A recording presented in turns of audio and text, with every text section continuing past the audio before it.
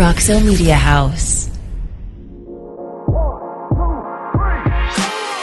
Welcome back, FORTituders. J.W. Wilson here with my co-host Brenton Payne. We are off site today at a very special location with a new friend of ours. The guy between us, Brenton, Doug Renfro. He's the president of Renfro Foods, a company founded in 1940. He's got a heck of a story to tell us. He's going to show us some behind-the-scenes stuff. But welcome to the show, Doug. We appreciate the time. Yeah, thanks, Doug. Thanks for coming out. So you, being a Dallas Cowboy, you're a lot smaller than we had initially expected. It happens. Yeah, there's shrinkage. From the Renfro Cowboys lineage? We do know him. He knows us. It's funny. Mike Renfro's mother went to high school with my uncle Bill Renfro, who worked here half a century, second gen, strangely. Did you like how I just threw that curveball starting out? I did like that, yeah. So we probably need a lot at trade shows. Okay, good. Do we need to relaunch now? So, Doug, would you tell us a little about the history of the family and the family business, Renfro Foods, please? You mean the non-football part? The non-football part exclusively. Certainly. So in the 1930s, my granddad distributed grocery items, and it's the Vintage Building. If you drive up to Joe T. Garcia's right now up North Main on the right, they've nicely renovated the Vintage Company building. I have a photo outside my office of my granddad in his company truck for that operation in the 30s. We think my grandmother took the photo because it's shadow. We're pretty sure we had no corporate photographer back then. Right. And then in 1940, he had the courage, being a true entrepreneur, he had the courage to quit his job, and for the next 12 years out of their house, they distributed grocery items. They would take flavored vinegar, garlic, cloves, and things to grocery stores. Right. And that is the early part. In 52, they started making syrup in the building that we're standing in right now. We now have 2 city blocks, but this core building was just one small part of the neighborhood. There was a church and a bar and houses and things. And our little factory, which was built in the 20s to make ice cream cones. You're welcome. That was free. So they started making syrup. I always tell people there were no maple trees harmed in the process. And they had about 85% of the DFW cafe business. My children don't even know what a cafe is. And that was not sexy for my dad, who went to TCU along with Bill. We think it was free because they didn't have any money. They lived at home, worked for free. And my dad would have to do things like clean out a 60-gallon syrup kettle. They couldn't afford a hot water heater. So he'd do it with cold water and then go to TCU to class with his wet T-shirt. So he was quite popular there. Your dad being Jack Renfro, correct? Yeah, thanks for delineating. My dad's Jack. Becky and James Renfro, who run the company, Becky Renfro Borbola and James Renfro run the company with me. Their dad, Bill, was an older brother, and they were second gen. And we have an Aunt Linda who worked here in college and then taught public school for 30 years or so, and she also is an owner of the company. How big is the Cowboys question, Britton? No, it's the syrup question. How big is the vat or whatever the pot is? In the 50s? Yeah. I'd said 60 gallons, and you can't prove otherwise.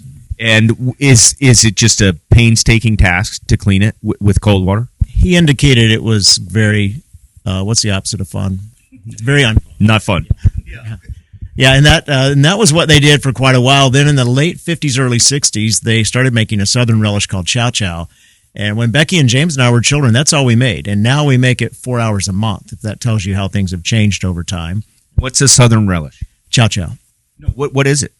It is based on cabbage, bell pepper, onion, pickling spices. So my poor dad, who ran production, his car just reeked of pickling spices. Basically, all of his clothing, the car. We'd go in the other car to church and PTA and things because his was. JW smelled like that on the way over today. I can make that happen. We still have some chow. This is some chow right here. There you go. This is what we're going to put in Britton's hamburger today. Ghost pepper salsa. Watch out, Britton, you're in trouble. Doug, how many products does Renfro Foods currently make? We currently have 30 Renfro items. Are they all salsas? Are we talking jellies? Are we talking chow? What all types of things do you guys make? We make salsas, relishes, barbecue sauce, cheese sauce, and we have jalapeno peppers, sweet, hot, and regular. The bulk of what we sell is indeed salsa, and our forte has been flavor development. So the last 30 years, we've come out with habanero, black bean, tequila, craft beer salsa, chipotle corn, and other people were doing those sorts of things, but at like the Williams-Sonoma $12 housewarming gift level, and we want to be at the everyday in my grocery cart level. What's the difference between salsa and picante? They're spelled differently. That's it. Yeah, I had to answer that question. When I came back, we still called them picante sauces, and we have mild, medium, and hot picante. Picante is simply Spanish for spicy, and as people began to know more Spanish, they realized how stupid it was to say mild spicy, medium spicy, hot spicy.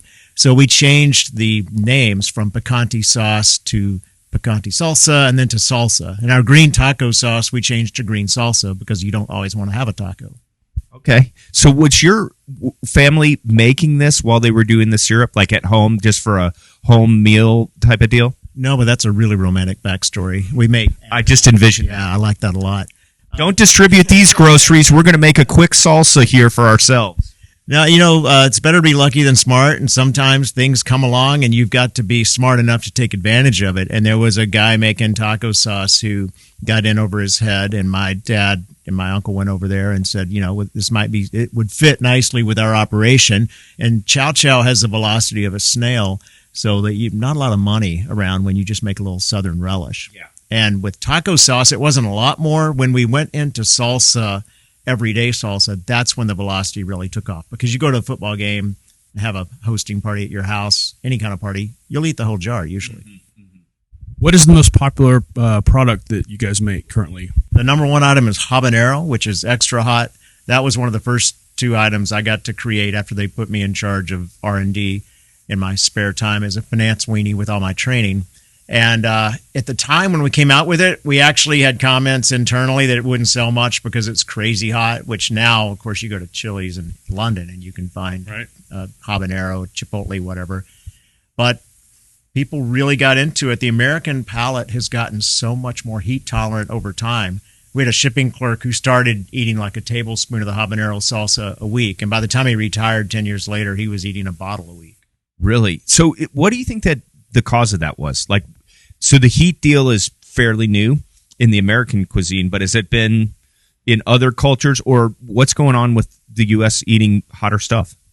Food gets boring sometimes. And as we had more income and more free time, we're able to experiment more from a culinary perspective. And spice is stimulating to your body. It releases endorphins. You get like a little runner's high, but you develop a tolerance. And so you can go hotter and hotter. For whatever reason, the 50s and 60s, a boiled potato and roast beef seemed to be sufficient, but now it's not. Well, Doug, we appreciate you giving us a little background. You've agreed to give us a little tour of the facility. Maybe Brenton can try some habanero salsa, maybe on the side. We definitely need some footage of that if that's okay. But we appreciate you giving us some insight. 82 years, I think, if my math's correct. 1940. Is that? Check my math, Brenton. Oh, yeah. 82-year-old company. That's incredible. You guys have been around, and you guys are a known entity. Your family's very involved in the community. You do a lot of things, especially for TCU. You're wearing the purple of TCU today. But you guys have been around, done this for a long time with hard work and sweat, and it's quite an accomplishment you guys have had with the family. So thank you for the time, and we look forward to a little tour inside. Real quick though, Doug, what is the spiciest thing on this rack? Was it? I got to find out what the spiciest thing in this office would be. The spiciest thing, which you're going to taste soon, I believe, is the Carolina Reaper salsa. And that is what type? A friend of ours, Ed Curry, created that. He got the Guinness Book of World Record accreditation at the time as the hottest pepper in the world. And he has a contest. He was on Netflix with half an hour of his contest of making people pass out. They have 5-gallon buckets beside them. I'll let you guess why in terms of eating that. So we'll get you a little small bucket. All right, Brendan, you ready to try some habanero salsa? Yes, I'm sorry to interrupt on the closeout. Thank you very much for having us. All right, Doug, let's go see the facility.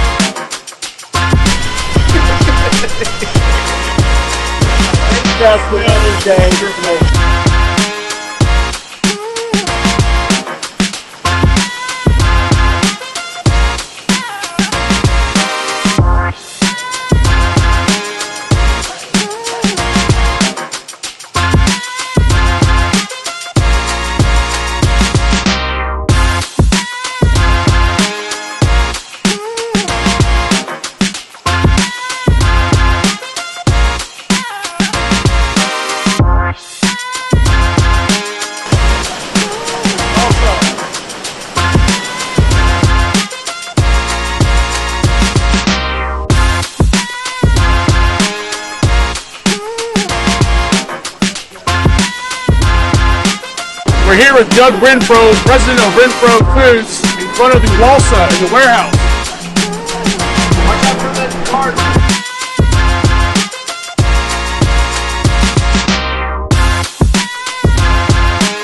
Fresh salsa or bad employee? Who knows?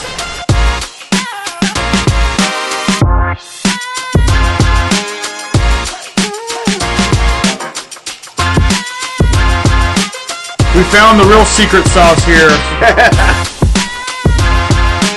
This is crushed red pepper. You know when you have pizza?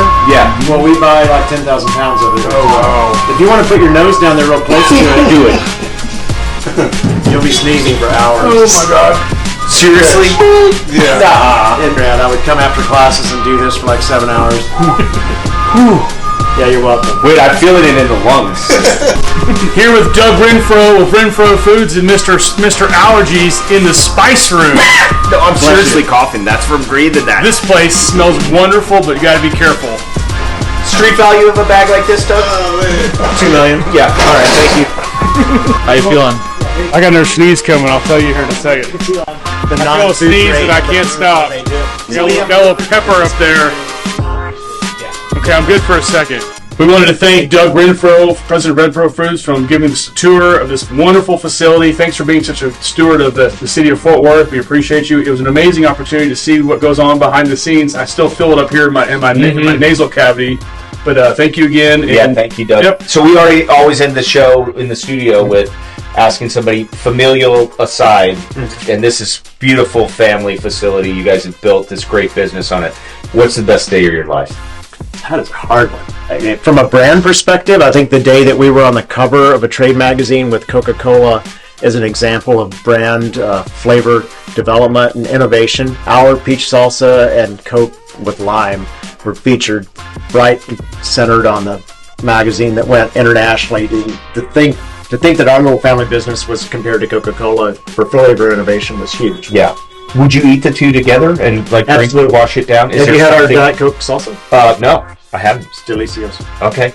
Mr. Renfro is going to give us a couple samples to take home. I know habanero's on Britain's list, so. Oh, that's right. Yeah. You don't. Okay. You Is this the intestinal tract after eating this? Yeah. Okay. Thank you. Thank you, Doug Renfro, for Thank you. watching. We appreciate your time. Thank you guys. Yeah, for thanks, too. Doug. Appreciate you guys. Okay. Thanks.